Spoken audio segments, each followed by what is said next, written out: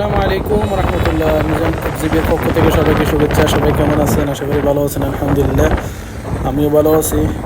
যাক আলহামদুলিল্লাহ, আমরা এখন কক্সবাজার থেকে টেকনাফের উদ্দেশ্যে রওনা দিয়েছি। আমাদের ডান পাশে হলো সমুদ্র আর বাম পাশে হলো উঁচু উঁচু পাহাড়। এর মধ্যখান দিয়ে রাস্তা চলে গেছে ডাইরেক্ট টেকনাফ।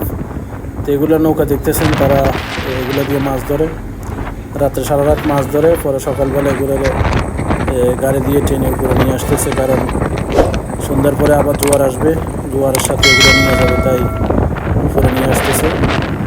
তো আল্লাহ তাআলার সৃষ্টি যে এত সুন্দর, আপনারা যদি কক্সবাজার, টেকনাফ, হিমছড়ি এগুলো যান বুঝতে পারবেন আল্লাহ তাআলা কীভাবে আমাদের এই দুনিয়াকে সৃষ্টি করেছেন।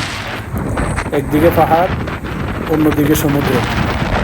তো পাহাড়গুলো দেওয়ার উদ্দেশ্য হলো সমুদ্র দিয়েছে আল্লাহ তাআলা যাতে আমাদের মানব জাতির যাতে কোনো ক্ষতি না হয়, সেই জন্য একটু পরে উঁচু উঁচু পাহাড় দিয়ে পুরা আমরা যেরকম পানির সাথে বাঁধ দিই, আল্লাহ তাআলা সেইভাবে বাঁধ দিয়ে দিয়েছেন।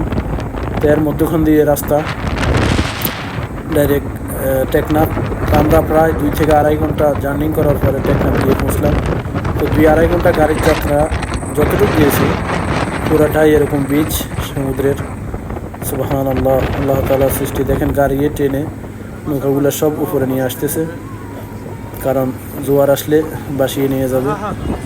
তো এখানে আমি ড্রাইভারকে বলছি একটু স্লো করেন, আমরা দেখি, সবাই দেখতেছে। একটা খোলা গাড়ি নিয়েছি পুরো দিনের জন্য।